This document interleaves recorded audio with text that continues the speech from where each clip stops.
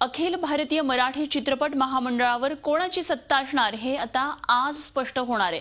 महामंडळाच्या पंचवार्षिक निवडणुकीची मतमोजणी कोल्हापूरमधल्या राम गणेश गडकरी सभागृहामध्ये होतीये।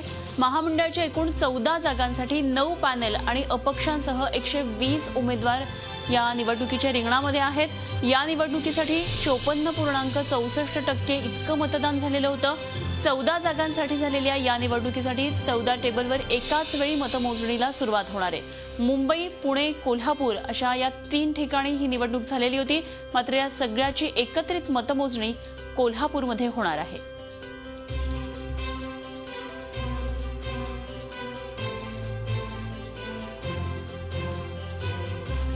आणि याच संदर्भात आपण आणखी सविस्तर माहिती जाणून घेणार आहोत। आमचे प्रतिनिधी प्रताप नाईक सध्या कोल्हापूरमधून आपल्या बरोबर आहेत। प्रताप, काही वेळामध्ये मतमोजणीला सुरुवात होतीये, काय नेमकं सध्याचं वातावरण दिसतंय, कितपत उत्सुकता दिसतेय या निवडणुकी संदर्भातली?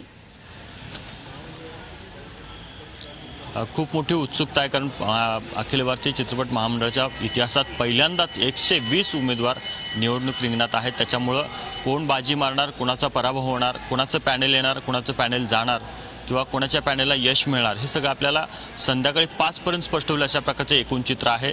काही वेळेपूर्वीच अखिल भारतीय मराठी चित्रपट महामंडळाच्या ऑफिसमध्ये ज्या मतपेट्या ठेवलेल्या होत्या, ज्या मुंबई, पुणे आणि कोल्हापूरच्या होत्या, त्या काही वेळेपूर्वी या मतमोजणी केंद्रावर आणलेल्या आहेत। आता मतमोजणी केंद्रावर त्या पेट्या फोडण्याचं काम सुरू आहे।